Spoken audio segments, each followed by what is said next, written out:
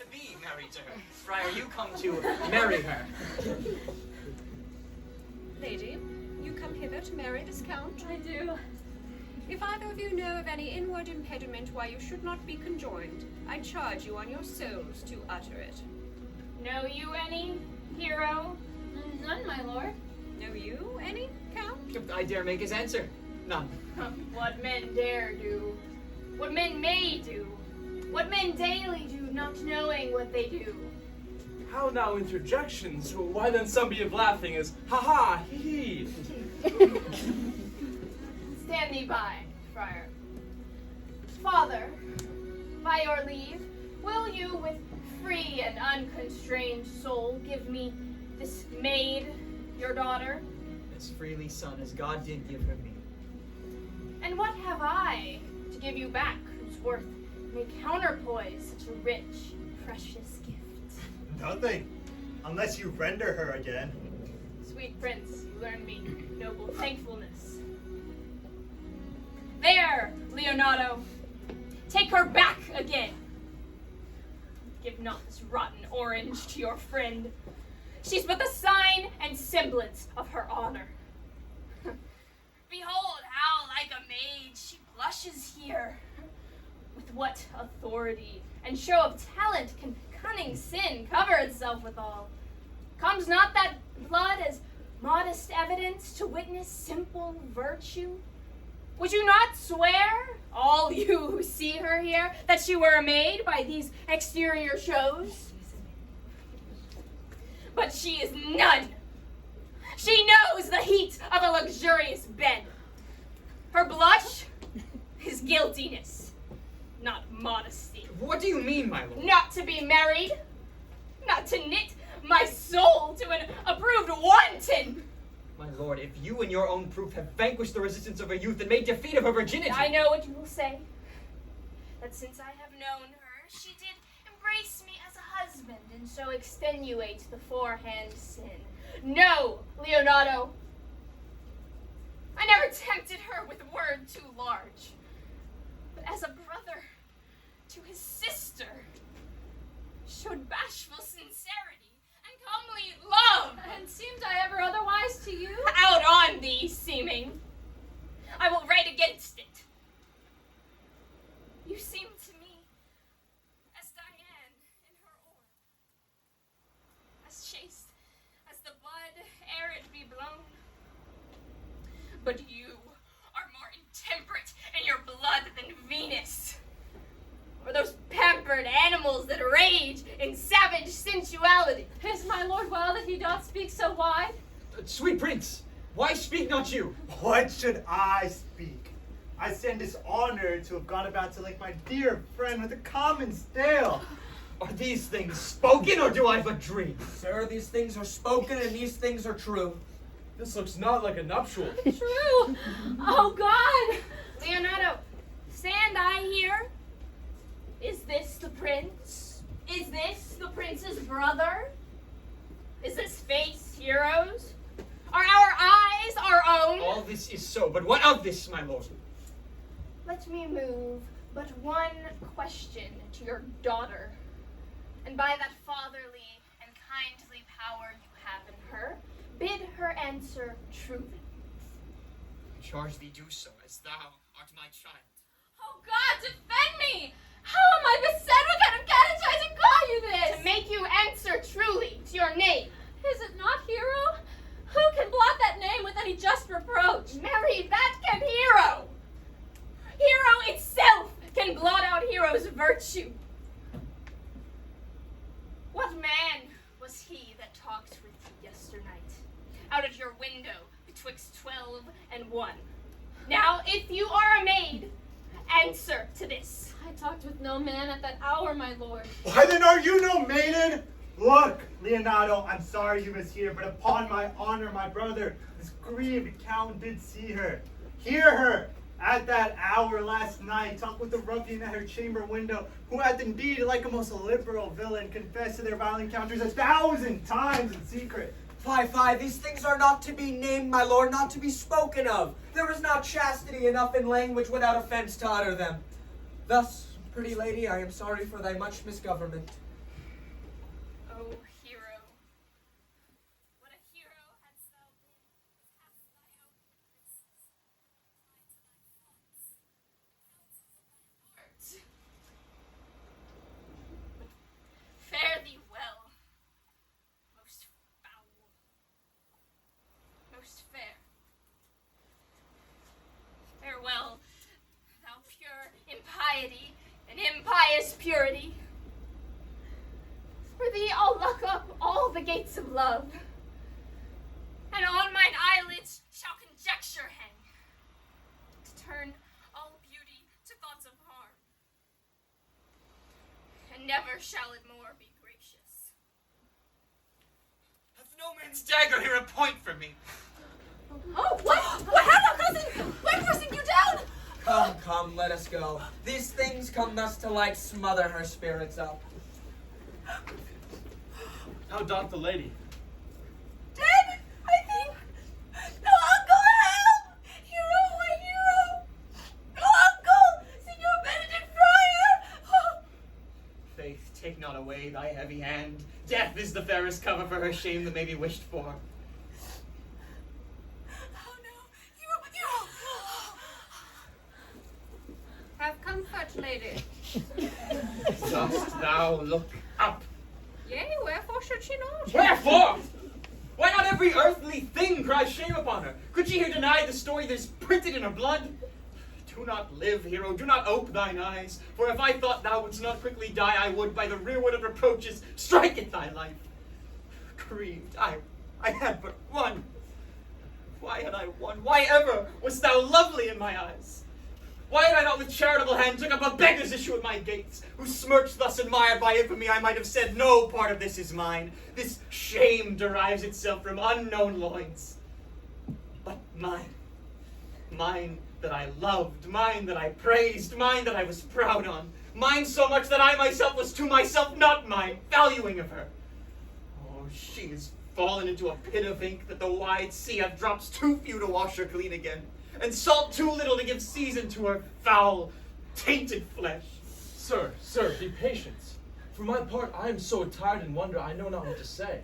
No, on my honor, my cousin is belied. Lady, were you her bedfellow last night? No, truly not.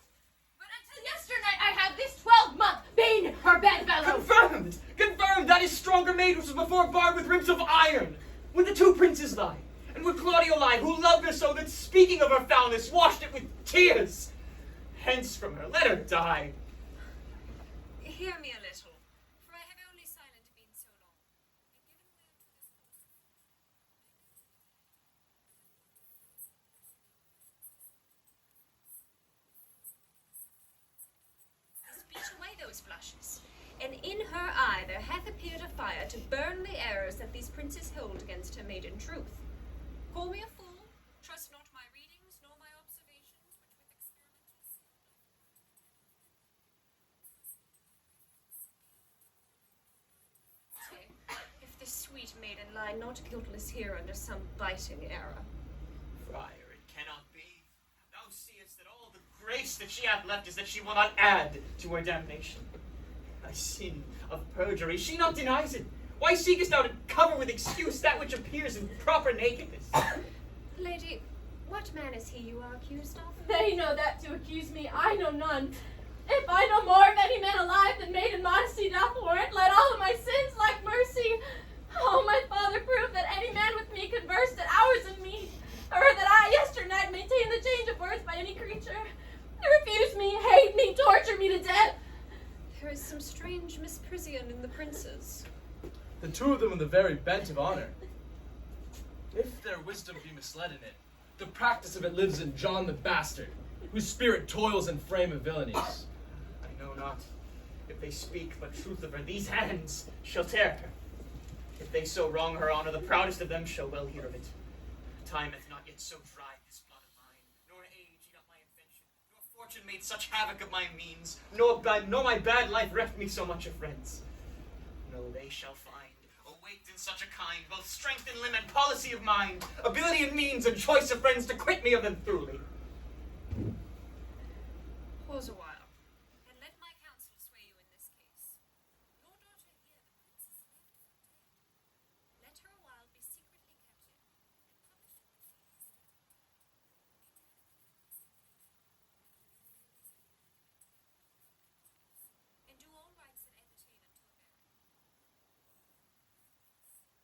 do.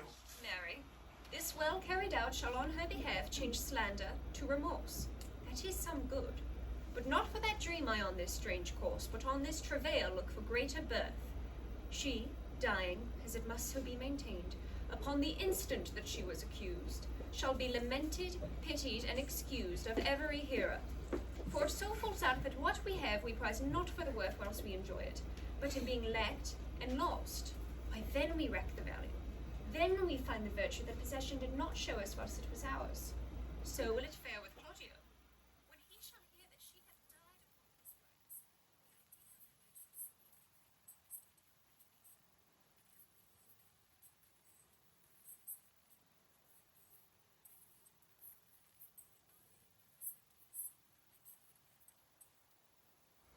let this be so, and doubt not but success will fashion the event in better shape than I can make. But if all aim but this be levelled false, the supposition of this lady's death shall quench the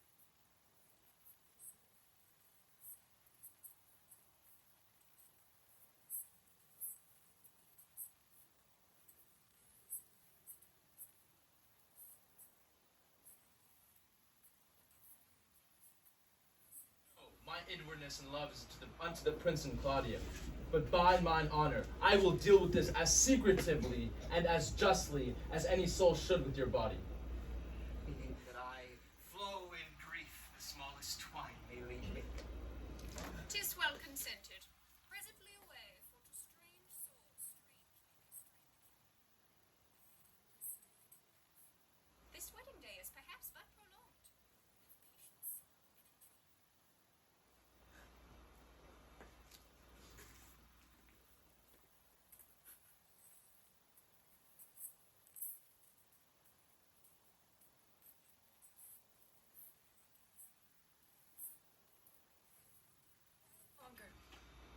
I would not desire that.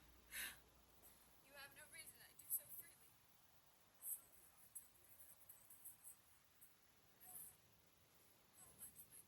Serve of me that would write her. Is there any way to show such friendship? A very even way, but no such friend. May a man do it? It is a man's office, but not yours. I love nothing in this world so well as you. Is that not strange? As strange as that which I know not.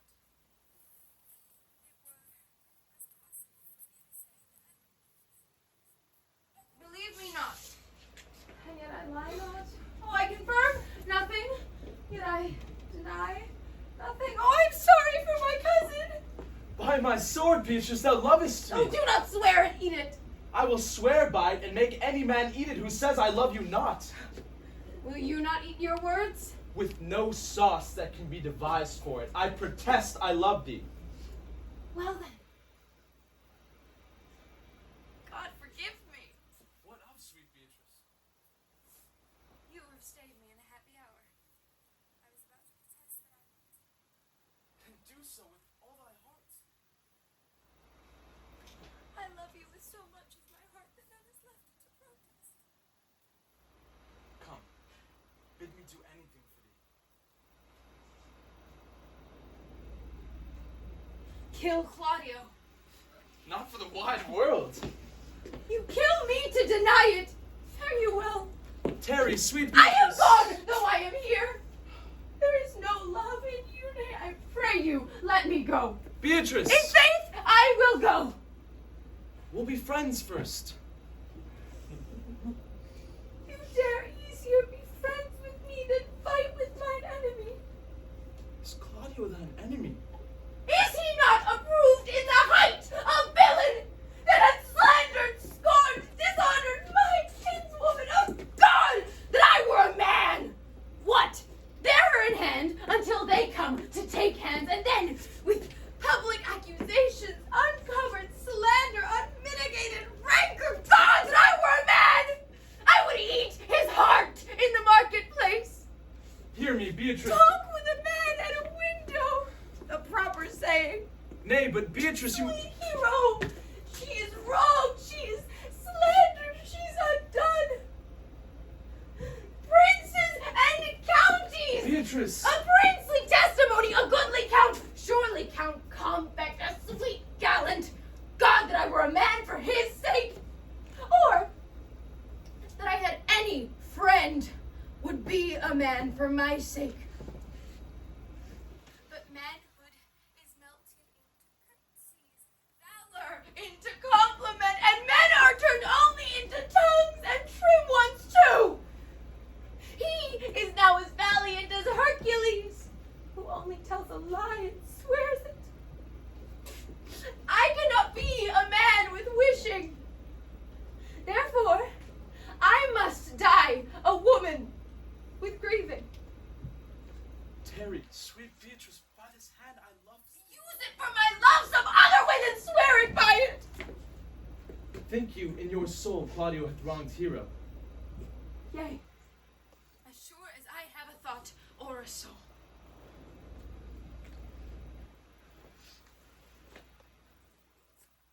Enough. I am engaged. I will challenge him. I will kiss your hand, and so I leave you. By this hand I will render Claudio on my dear account. As you hear of me, so think of me. Go, comfort your cousin. I must say she is dead, and so, farewell.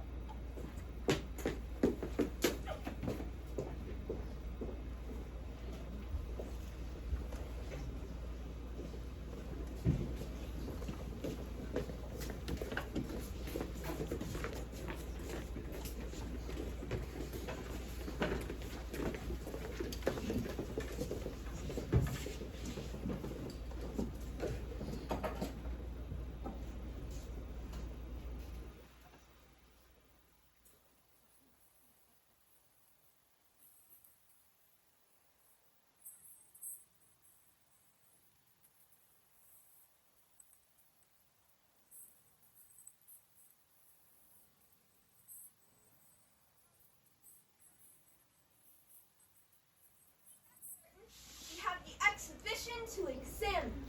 Which are the offenders that are to be examined? Let them come before Master Constable. Yeah, Mary, let them come before me. What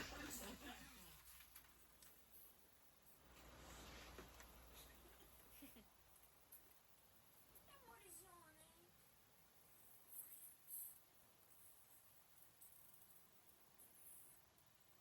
Write down Baraccio. Yours, sirrah. I am a gentleman, sir, and my name is Conrad. Write down Master Gentleman Conrad. Masters, do you serve God?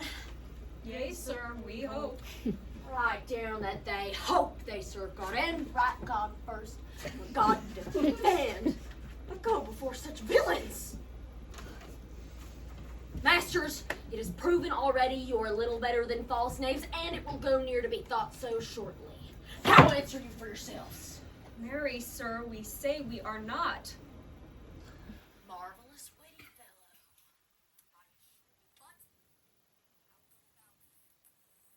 Come you hither, sirrah. A word in your ear. Sir, I say to you, it is thought you are false knaves. Sir, I say to you, we are none. Well, stand aside. For God, they're both in a tale. Have you written down there none? Master Constable, you go not the way to examine. You must call forth the watch that are their accusers. Yeah. Mary, that's the eftest way. Let the watch come forth. Masters, I charge you in the prince's name. Accuse these men. This man said, sir, that Don John, the prince's brother, was a villain. Write down Prince John a villain. Oh, why, that is flat perjury to call the prince's brother a villain. Oh, what heard you him say else? Mary, that he had received 1,000 ducats of Don John for accusing the lady hero wrongfully. Flat burglaries was ever committed. Yea, by mass, that it is! What else, fellow? And that Count Claudio did mean, upon his word, to disgrace Hero before the whole assembly, and not marry her. Oh, villain!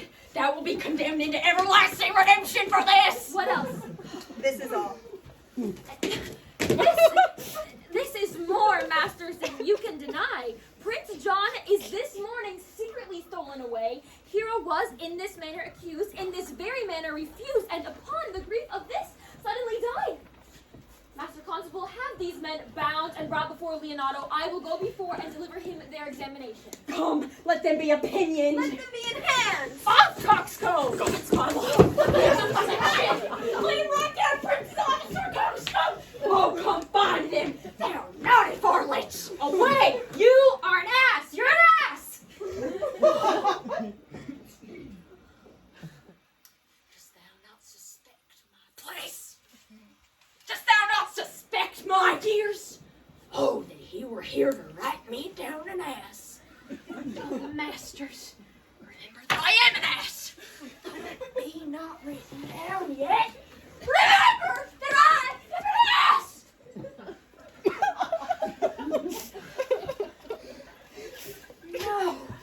No, villain, thou art full of piety, as shall be proved upon thee by good witness. I am a wise fellow, and which is more an officer, and which is more a householder, and which is more as pretty a piece of flesh as is any in Messina. And a fellow that knows the law, go to, and a rich fellow enough, and a fellow that hath had losses, and a fellow with 2 gowns and everything handsome about it. Oh, bring him away. Oh, and I've been writ down an ass. Oh.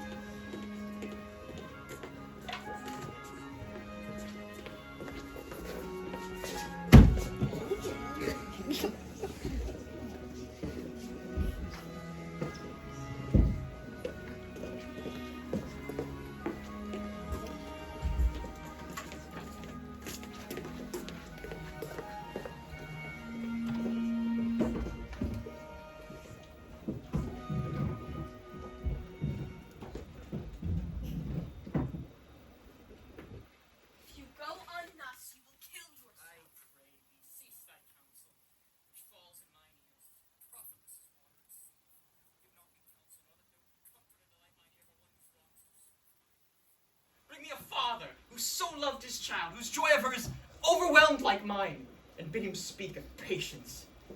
Measure his woe, the length and breadth of mine, and let it answer every strain for strain, as thus for thus, and such a grief for such, in every lineament, branch, shape, and form. If such a one will smile and stroke his beard, bid sorrow wag, cry hem when he should groan, patch grief with proverbs, make misfortune drunk with candle wasters, bring him yet to me, and I of him will gather patience. But there is no such man, brother. For, brother, men can counsel and speak comfort to that grief which they themselves have tasted it. Their counsel turns to passion, which before would give perceptial medicine to rage, fetter strong madness in a silken thread, charm ache with air and agony with words. No, 'tis all men's office to speak patience to those that wring under the load of sorrow, but no man's virtue nor sufficiency to be so moral when he should endure the like himself. Therefore give not me counsel, my griefs cry louder than advertisement. Wherein do men from children nothing different? I pray thee peace, for I will be flesh and blood. For there was never yet philosopher that could endure the toothache patiently. However, they have written the style of gods and made a push at chance and sufferance. Yet bend not all the harm upon yourself. Make those that do offend you suffer too. No, there thou speakest reason. Nay, I will do so. My soul doth tell me that Hero is belied. That shall Claudio know, and the princes, and all those that thus dishonor her. Here comes the prince. Claudio hastens. Good evening. Good evening. Good day to both of you. Hear you, my lords. We have some haste. Leonardo? Some haste, my lords. Well, fare thee well, my lords. Are you so hasty now? Well, all is one. Hey, do not quarrel with us, good old man. If he could right himself with quarreling, some of us would lie low. Who wrongs him? Mary, thou dost wrong me, thou dissembler thou. Nay, never lay thy hand upon thy sword, I fear thee not. Mary, beshrew my hand if to give your age such cause of fear. In faith, my hand meant nothing to my sword. Tush, tush, man, never fleer nor jest at me. I speak not like a daughter nor a fool under privilege of age to brag what I have done being young, or what I would do were I not old. No, Claudio, to thy head, thou hast so wronged my child and me that I am forced to lay my reverence by, and with grey hairs and bruise of many days do challenge thee to trial of a man. I say thou hast belied mine innocent child. Thy slander hath gone through and through her heart, and she lays buried with her ancestors. Oh, in a tomb where scandal never slept, save for hers framed by thy villainy. My villainy! Thine, Claudio, thine, I say. You say not right, old man. My lord, I'll prove it on his body if he dare. Despite his nice fence and his active practice, his May of youth and bloom of lustihood. Away! I will not have to do with Canst you. thou so daff me? Thou hast killed my child. If thou killest me, boy, thou shalt kill a man. He shall kill two of us, and men indeed, but that's no matter. Let him kill one first. Win me and wear me. Let him answer me. Come, follow me, boy.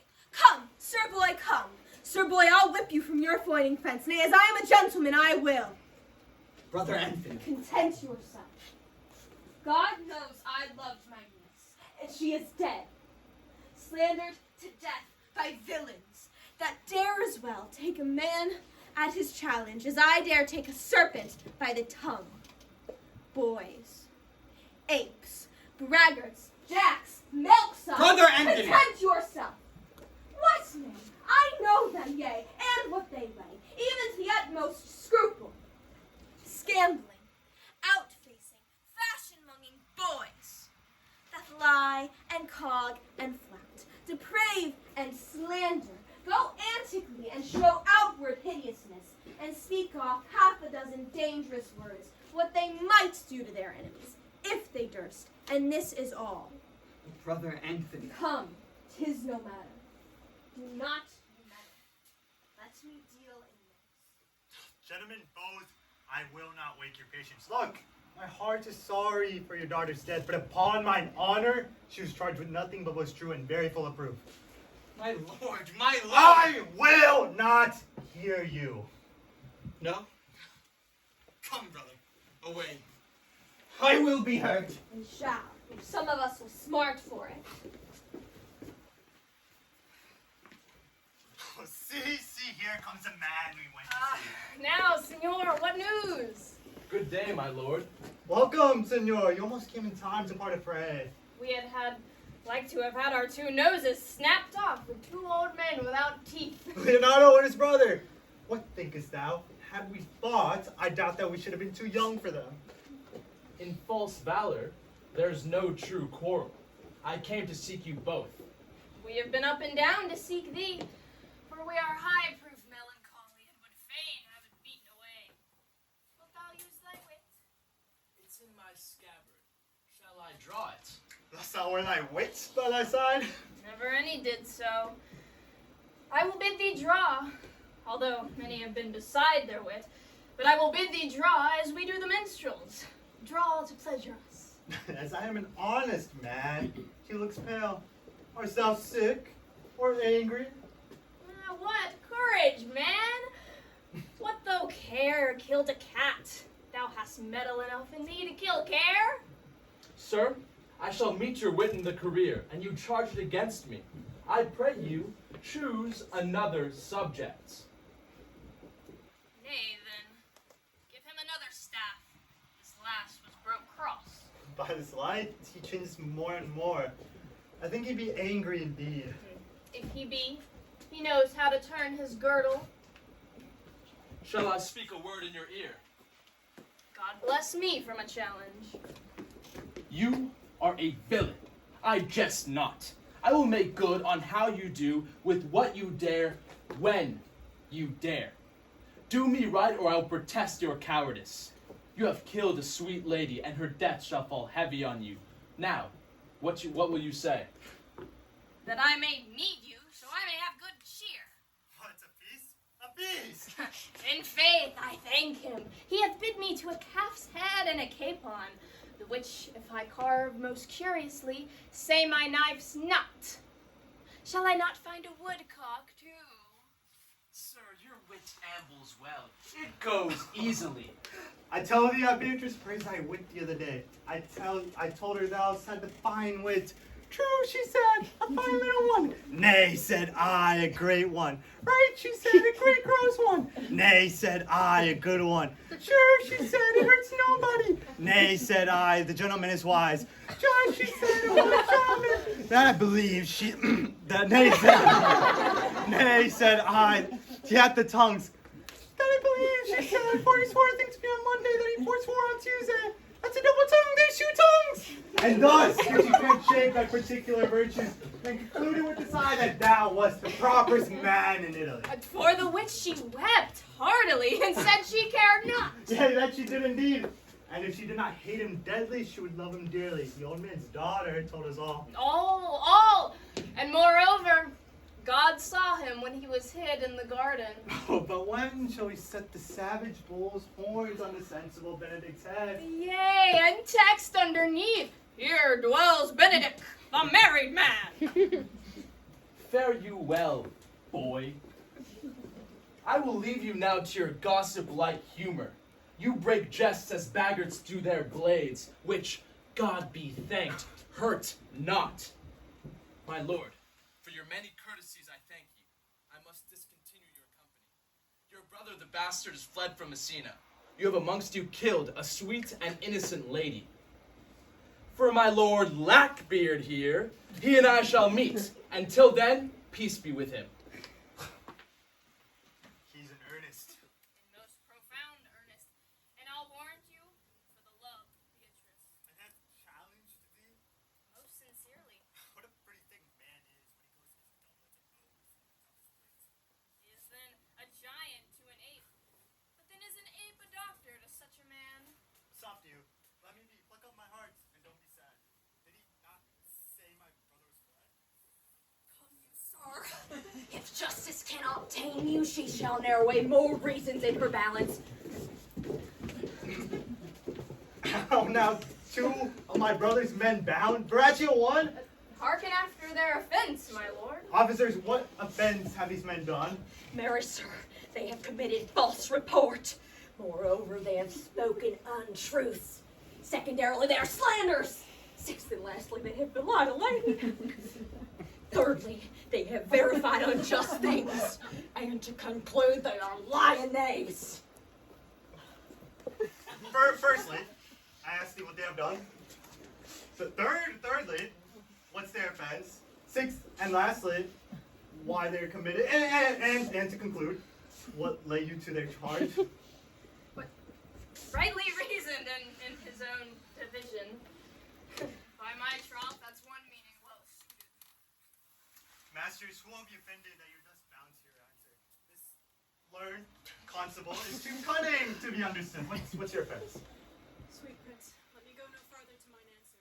Do you hear me? And let this count kill me.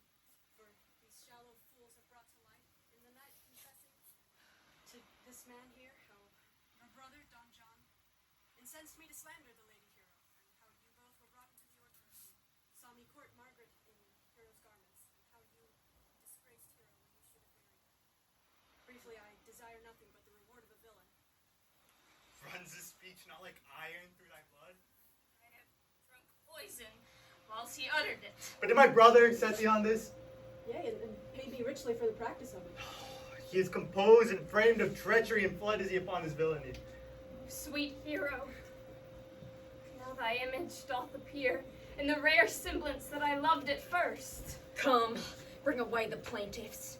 By this time, our sexton hath reformed Signor Leonardo of the matter. And masters, do not forget to specify when time and place shall serve. That I am an ass! Here comes Master Signor Leonardo, and the sexton too. Which is the villain? Let me see his eyes, and when I note another man like him, I may avoid him. Which of these is he? If you would know your wronger, look on me. Art thou the slave that with thy breath hath killed mine innocent child? Yea, even I alone. No, villain, now beliest thyself. Here stand a pair of honorable men. A third is fled that had a hand in it. I thank you, princes, for my daughter's death. Recorded with your high and worthy deeds, 'twas bravely done, if you bethink you of it. Sir, I know not how to pray your patience, yet I must speak. Choose your revenge yourself. Impose me to what penance your invention can lay upon my sin. But sinned I not, but in mistake. By my soul, or I. Yet, to satisfy this good old man, I would bend under any heavy weights that would join me too. I cannot bid you bid my daughter live. That were impossible. But I pray you, possess the people of Messina here how innocent she died. And if your love can labor aught in sad pleasure, hang her an epitaph upon her tomb and sing it to her bones. Sing it tonight. Tomorrow, come you to my house, and since you could not be my son, be yet my nephew. My brother hath a daughter, almost the copy of my child that's dead. Give her the right you should have given her cousin, and so dies my revenge. Oh, noble sir, your overkindness doth wring tears from me. I embrace your offer, and dispose for henceforth of poor Claudio. Tomorrow then I will expect your coming. Tonight I take my leave. This foul man shall face to face be brought to Margaret, who I believe was packed in all this wrong, hired to it by your brother. No, by my soul she was not, nor knew what she said when she spoke to me, but hath always been just and virtuous in anything that I do know by her. Moreover, sir, which indeed is beyond white and black. This plaintiff here, the offender, did call me ass. I beseech you, let it be remembered in his punishment. Also, watch heard them talk of one at deformed. They say he Wears a key in his ear, and a lock hangeth by it, and borrows money in God's name, the like which he hath used so long, and never paid, that now men grow hard-hearted, and will lend nothing for God's sake. I pray you, examine him on this. I thank thee for thy care and honesty. And I praise God for you. Thanks for thy pains. God save the foundation. Go.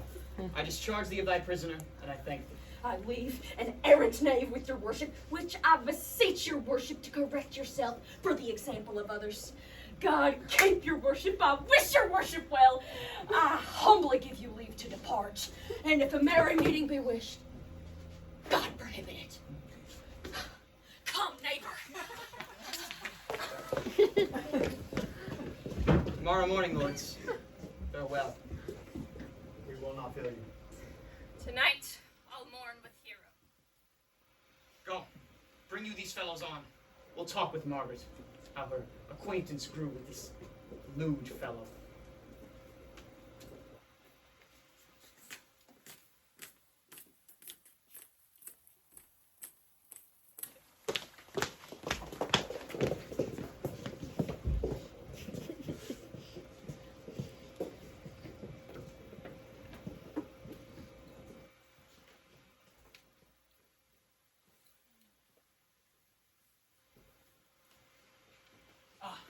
Pray thee, sweet Mistress Margaret, deserve well at my hand by helping me to the speech of Beatrice?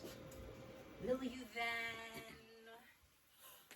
Write me a sonnet in praise of my beauty? In so high a style, Margaret, that no man living shall come over it. For, in most comely truth, thou deserves it. To have no man come over me, may I always keep below the stairs? Thy wit is as quick as the greyhound's mouth. It catches. And yours as dull as the fencer's foils, which hit but not hurt. A most manly wit, Margaret. It will not hurt a woman. And so, I pray thee, call Beatrice. I give thee thy bucklers.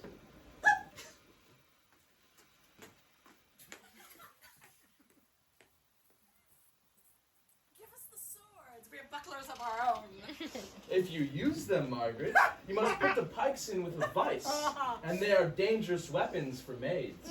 I will fetch thee Beatrice, who I think hath legs. And therefore will come.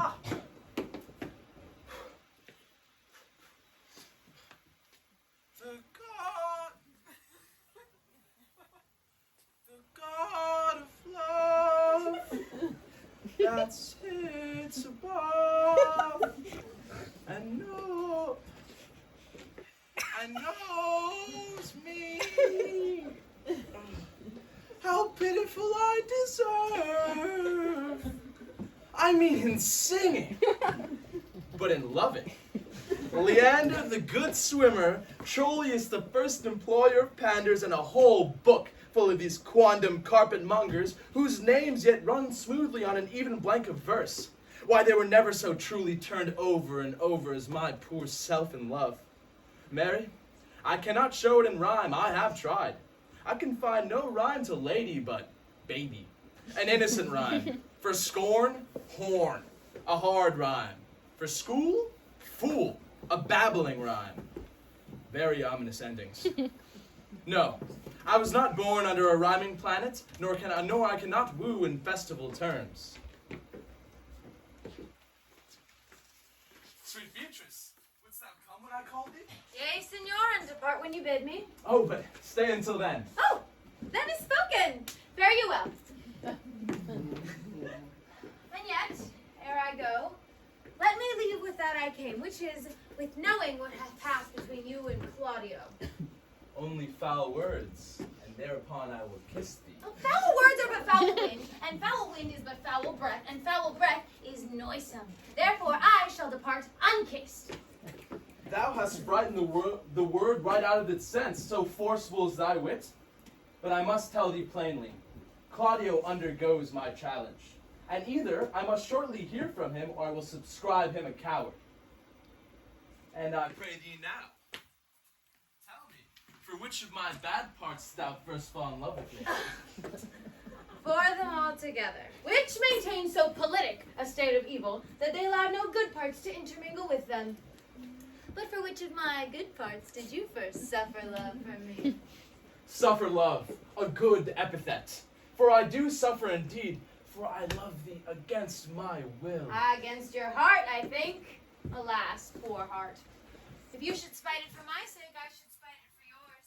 For truly I cannot love that which my friend hates. Thou and I are too wise to woo peaceably. It appears not in this confession. There's not one wise man in 20 who will praise himself. Old instance, Beatrice, that lived in the time of good neighbors. If a man does not erect this age his own tomb ere he dies, he shall live no longer in monument than the bell rings or a widow weeps. And how long is that, think you? Question. Why an hour in clamor, a quarter in room? Therefore it is most expedient for the wise to find no impediment to the contrary, to be the trumpet of his own virtues, as I am to myself. So much for praising myself, who, I myself, believe is praiseworthy. And now tell me, how doth your cousin? Very ill. And how do you? Very ill too. Serve God, love me, and men. There I will leave you too, for here comes one in haste. Madam, you must come to your uncle. Yonder's old coil at home. It is proven my lady hero hath been falsely accused. The prince and Claudio mightily abused, and Don John is the author of all, who is fled and gone. Will you come presently? Will you come hear this news, senor? I will live by thy heart, die by thy lap, and be buried in thy eyes. And moreover, I will go with thee to thy uncle's.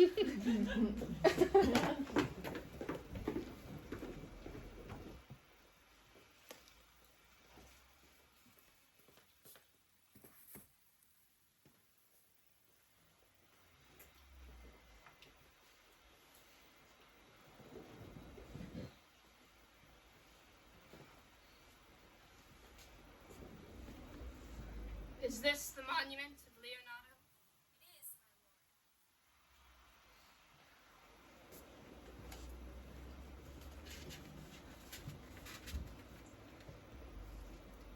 Done to death by slanderous tongues was the hero that here lies. Death in guerdon of her wrongs.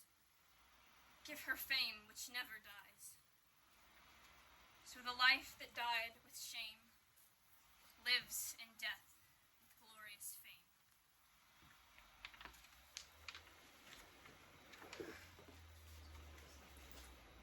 Hang thou there upon the tomb, praising her when I am dumb. Now music, sound, and sing your solemn hymn. Pardon, goddess of the night, those that slew thy virgin night, for the which with songs of woe round about her tomb they go. Midnight, assist our moans, help us to sigh and groan heavily, heavily. Graves yawn and yield your dead, till death be uttered. Now unto thy bones, good night. Yearly will I do this right. Blow your torches, masters, for the wars are prayed. It's a gentle day before the wheels of Phoebus round about the apples and drowses. Thanks you all. Fare you well. Good morrow, masters. Each his several way. Come. But since put on other weeds than some Leonados. Time and now with luckier issue speeds than this for whom we rendered up this woe.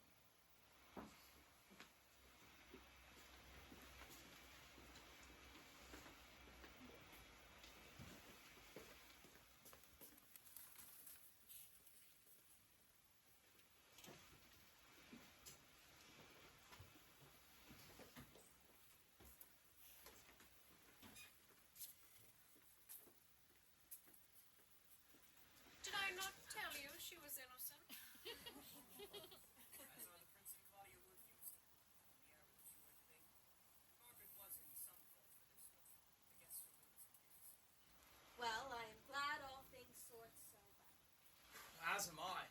Otherwise, being by faith and forced to call Claudio to a reckoning for it.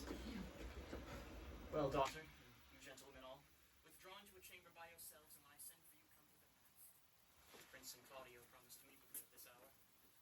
You know your office, brother. You must be father to your brother's daughter. Give her to young Claudio. Which I will do with confirmed countenance. Friar, I must entreat your pains, I think. To do what, signor? To bind me or to undo me, one of them. Signor Leonardo. Truth is, good signor, your niece regards me with an eye of favor. That I, my daughter, mentor, 'tis most true. As do I, with an eye of love requite her. Sight whereof I think you had from me, from the Prince and Claudia. But what's your will? Your answer, sir, is enigmatical. But my will is your good will. May, on this day, be standing with ours, and on this day, let us be conjoined in the state of honorable marriage, in which good friar shall desire your help. My heart is with your liking. And my help. Here come the Prince and Claudio. Good morrow to this fair assembly. Good morrow, Prince. Good morrow, Claudio. We here attend you. Are you yet determined to marry with my brother Dover? Yes, my lord. Call her forth, brother. The friar's ready. Good morrow, Benedict. Why, what's the matter that you hold such a February face so full of frost, storm, and cloudiness? I think he thinks upon the savage bull. Tush, fear not, man. We'll tip thy horns with gold, and all Europa shall rejoice at thee, as once Europa did at lusty Jove when he would play the noble beast in love. Bull Jove, sir, had an amiable low, and some such bull leapt your father's cow, and made a calf in the same noble feat, much like you, for you have just his bleat. For this I owe you. Here comes other reckonings.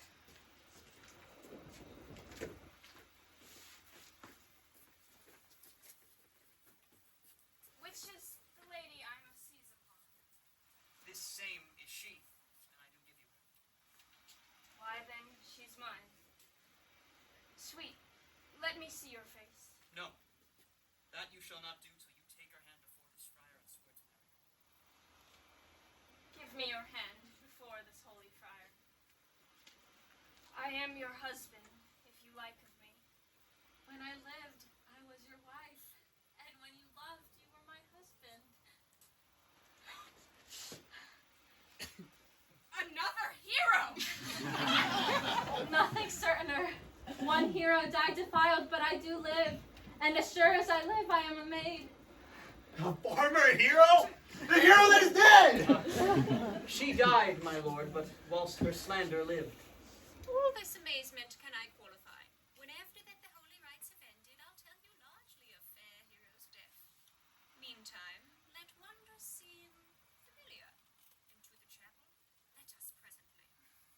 Soften, fair friar. Which is Beatrice? I answer to that name. What is your will? Do you not love me? Why, no more than reason. Well then, your uncle, the prince, and Claudio must have been deceived, for they swore you did. Do not you love me? Troth, no, not more than reason. Why then, my cousin Margaret and Ursula are much deceived, for they did swear you did. They swore you were almost sick for me. They swore you were well nigh dead for me. 'Tis no such matter. Then, you do not love me. I know no more than friendly recompense. Oh, come, cousin, I am sure you love the gentleman. And I'll be sworn upon that he loves her, for here is a paper written in his hand. A halting sonnet of his own pure brain, fashioned to Beatrice. And here's another, writ in my cousin's hand, containing her affections for Benedict.